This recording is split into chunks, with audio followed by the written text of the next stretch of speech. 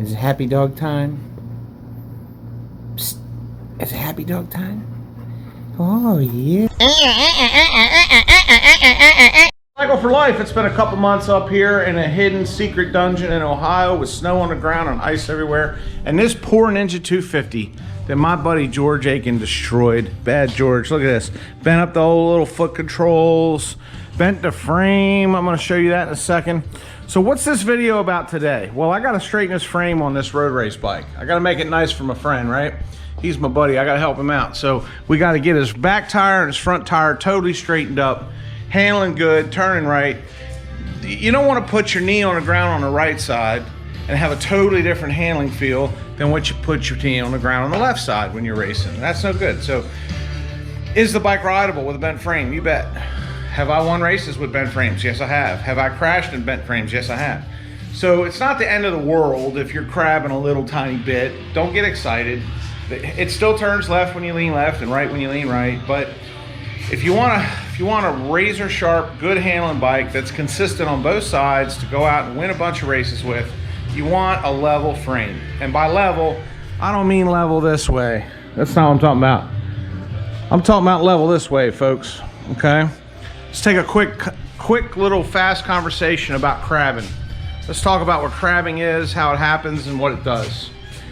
When you bend a motorcycle frame, let me get you up to the right height here. I have to edit this out of the footage because I should have had this done before I started, but here we go. Put you next to Gumby. Gumby's been with me 30 years. I got him in the 80s. Okay, Gumby, hold my camera. All right. So while Gumby's holding the camera, let's go over crabbing. Crabbing is when you bend the frame of a motorcycle and the back wheel and the front wheel are not exactly straight.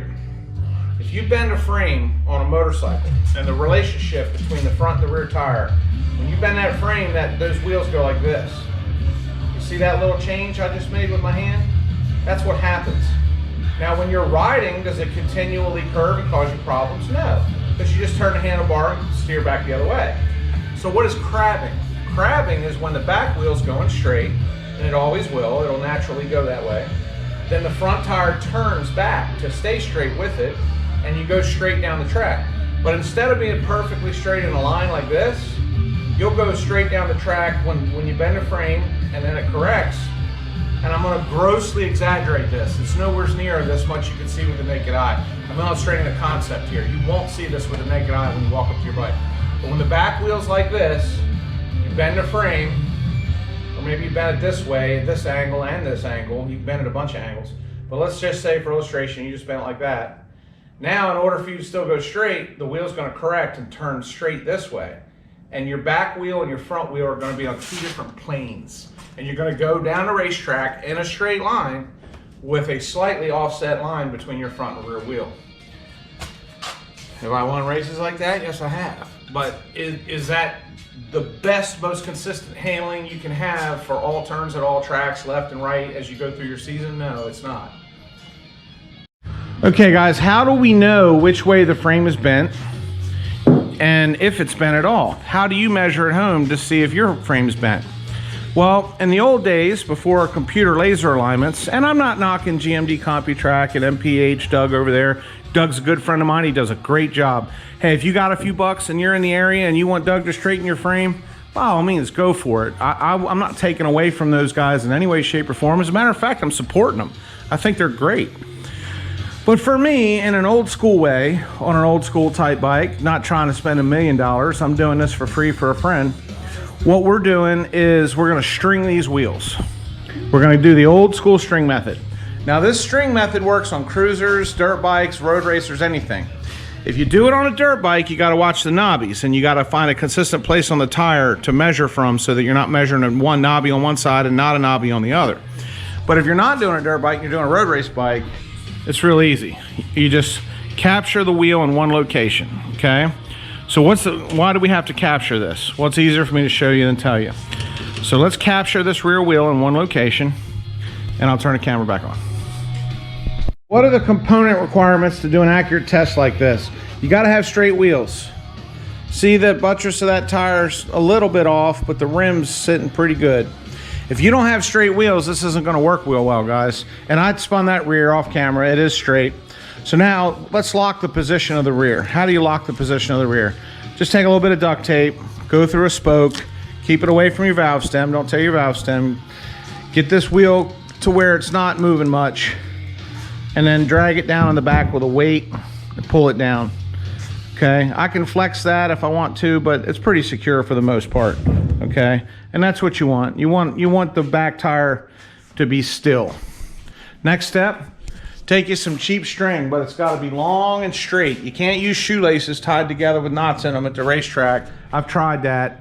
Taking your shoelaces off at the racetrack and trying to do this doesn't work because the knots in the shoestring are not accurate and straight, and they give a warbling effect. So you want to go out and get some real cheap, long, straight string. Okay, I got this at the grocery store, believe it or not. It's cooking twine. I don't even know what that is. I don't even know what cooking twine is, but I'm gonna do it here. So you take one end of this, tie it to a jack stand, and then you wrap it around the rear wheel, bring it up to another jack stand, and I'll show you why. Okay, so you want to run a string from the front, one side, close to the bike, within the stands. You don't want it coming out and touching these. That'll mess up your measurement. You want to run it along the back, and now I taped it. I secured it to a point on the tire, and it's got to be fairly level this way. Fairly. I mean, if it's a couple millimeters off, it's really not that big a deal. You're measuring left to right. You're not measuring up and down. But you want that fairly level and taped in a secure spot. You just don't want this moving around when you're measuring it, right? You want a nice secure point. See, I'm pulling up and pulling down. I can't go anywhere. Okay. And you pull it back up to the front, and you put another jack stand in the front. Give yourself plenty of liters, so you got plenty of room to work. It's cheap. It's why you buy cheap string, right?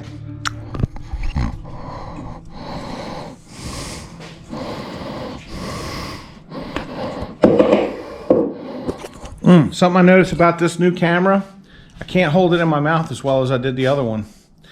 I can't do it. It won't hold that way as well. So I'm going to talk to you like this. Discover new music and find old favorites. So you want to lay out the jack stand so they're in a similar position, similar way. Get it wrapped around, get a good starting spot. Find a place you can put some tension on it. And tie that down nice and tight. You don't want to lark's head it without pulling it up. If you do a lark's head knot, pull it up tight so it can't get loose. And then pull that forward. See me pulling these forward, guys? You want to put a lot of tension on them, okay? And get that front wheel centered in there. Now look, here's how you pick your left to right location on your jack stand. How do we know how far in left and right to put it? Well, I've got this axle all the way back and tightened, right? I took these slots, I loosened these adjusters all the way up, and actually I tightened them all the way up to pull the axle all the way to the back. These are push-pull adjusters. You can't go this direction; they'll fall out. If you try to push them up farther, the plate will come off. So I chose the rear end, and I torqued these gently. Don't crack them; they will break. I torqued those plates gently just to force that wheel all the way back on both sides. So I'm as far back on the left and on the right as I can get. That's going to measure where your swing arm slots are going, right? So now to set these strings left to right, you see on that back tire down there, if I go too far this way, it'll hit that tire, see? And if I go too far this way, now it's not even touching the tire. That's wrong, see? You want it to just go, you want to move the jack stand so it just does, not this and not this. That's bad too. You want it to just do this. Dink, dink, dink. Just kiss it like that. Okay? It's probably the best kiss I had in 10 years. So go like that and pull that in till it's just touching that back wheel. Okay? Right there, because you don't want it bending over the tire, because now your string's not located properly in the front. And you also can't have it out here. Same thing, you want it just touching. And you do that on both sides, guys. When you do that on both sides, what does that do? it gives you 2 straight lines running up the front of the bike from the rear. All right, now I run out of adjustment here, so what can I do? I gotta move this, maybe something like that. Get wonky on my stand here, that's not good. All right, I'm gonna turn the camera off. I gotta readjust my string, sorry. Hey guys, now that I got the string just touching the edge of the tire, just touching it, but not bent in or out on either side. I got 2 nice straight lines all the way to the back. Okay, see how I got that? A nice way to take a quick measurement, make sure you're not completely off, is measure the distance left to right from that one to that one, and up here, that one to that one, and see if you're within, you know, a couple millimeters or so. And that way you're not making any errors and you're getting a true representation of an accurate wrap around that back tire. So now we got 2 straight lines drawn up to the front of the bike. Now what do we do with the front? Well, we find home. Is that home? Is that home? No. So we find home. Where's home? Right? What I do is I take a set of calipers. You can use a ruler. You can use anything. Yeah, let's just use a ruler. Some of you guys might not have calipers. Okay, so get to a flat spot. That's wheel weight tape there. Get to a flat edge on the tire. Take a measurement. We're sitting at about 1.5 inches there. Slightly different from it, slightly under. There you go. Hey, it looks like I nailed it pretty good. Let's try it in the front. This one on the front's about 1.25 inches. Okay. So we're just about even on both sides here and here.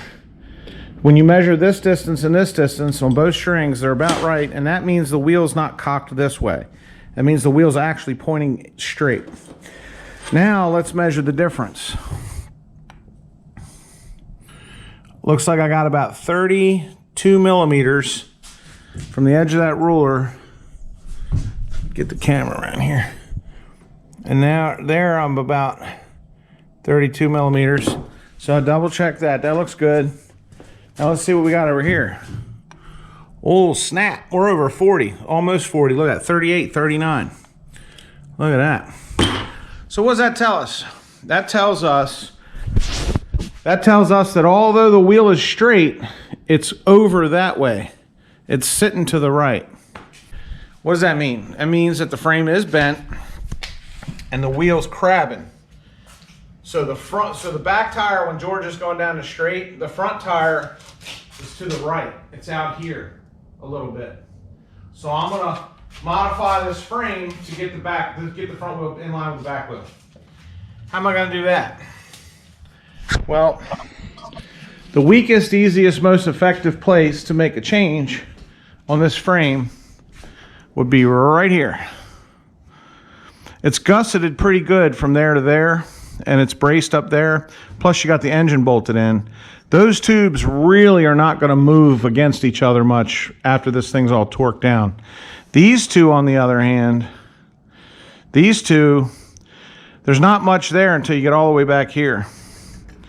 So if I was to cut this frame right here and pull the front of the bike over, if I was to take a 1/16 of an inch of metal out of that frame and twist the frame this way and then re-weld it, I could get that front wheel to come over this way, right?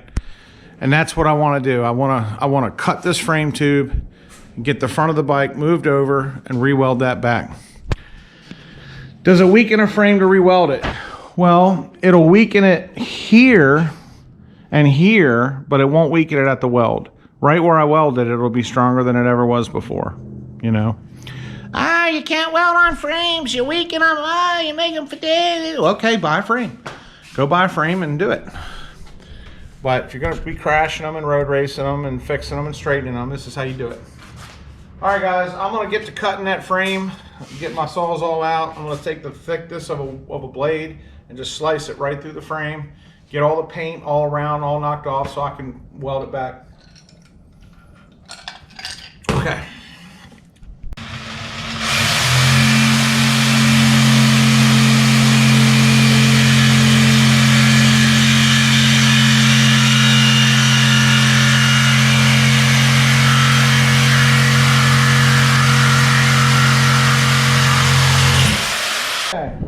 with no weight on this bike whatsoever, just holding up the weight of its own self, you can see where that tube twisted when I cut it.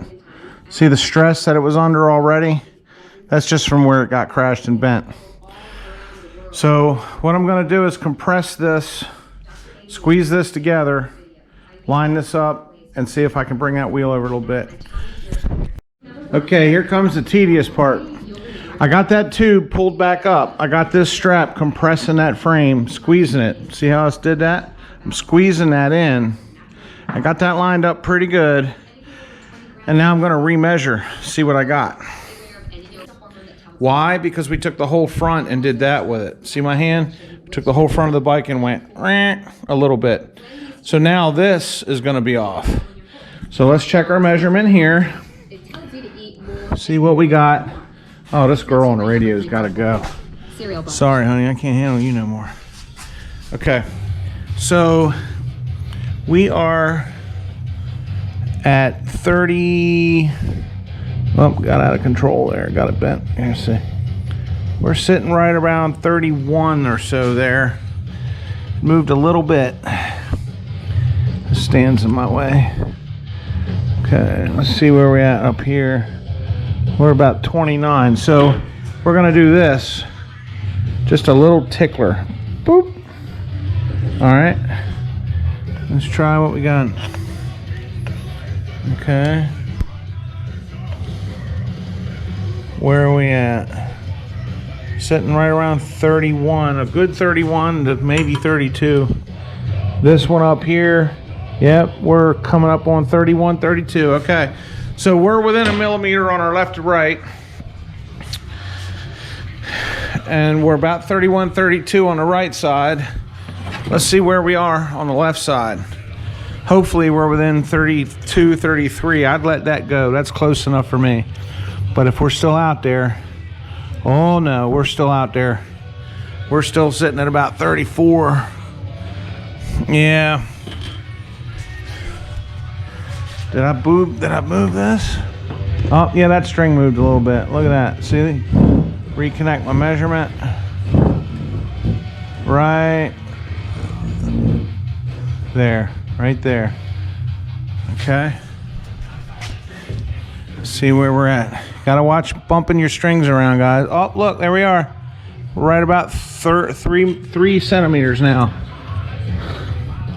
Yep, 29 even. So we actually went probably maybe a millimeter too far. Just the thickness of the blade of that, just one slice, moving that over. It's about a millimeter more than I wanted to go. So I'm not gonna weld that and then cut the other side to match it, because you're just gonna wind up walking back and forth and being a millimeter off each time. But now we're just make sure we're accurate in the back here.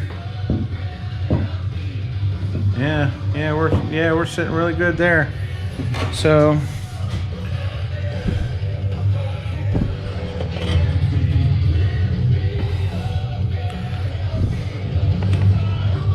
yeah, we're sitting right at about 3 centimeters. Right at about 3 centimeters. I probably bumped it a little too far that time.